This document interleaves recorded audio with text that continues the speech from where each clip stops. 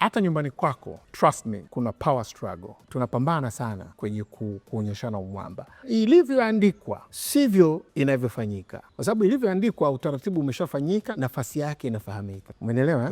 Lakini leo kuna msuguano kubwa sana wa kutafuta nguvu ndani ya nyumba au ndani ya taasisi yoyote. Mimi nimeanza ndani ya nyumba kwanza. Umeelewa? Hiyo kitu ipo kwa binadamu. Yani siku zote unahisi naweza kufanya anachokifanya au zaidi anachokifanya huyu. Inawezekana kweli akawa hafanyi sawa. Umeelewa? Kwa sababu yako mazingira ya aina zote. Inawezekana ikawa hiyo power struggle ni ya tamaa tu ya watu, kwa nini unaendesha wewe? Tu akiona kuona wewe ndio kila kitu. Inawezekana ikawa ni tamaa, lakini pia inaweza ikawa na upande wa pili kwamba kufanyi sawa kwa nafasi yako. Umeona? Na hii power struggle ambayo tunaizungumza hapa, kiini ni kile kichwa.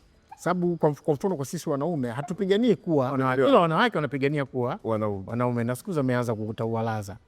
Ameteza pressure, sukari, ni vyote watapata. Na ukivuruga Saudi unaanza kuota ndevu pia inawezekana. Kwa sisi hatupiganii kuwa wanawake, lakini wanawake wanapigania kuwa wanaume. Kwa hiyo power struggle ni kitu ambacho kipo kila sehemu. Ni ile dhana ya kutaka kushinda.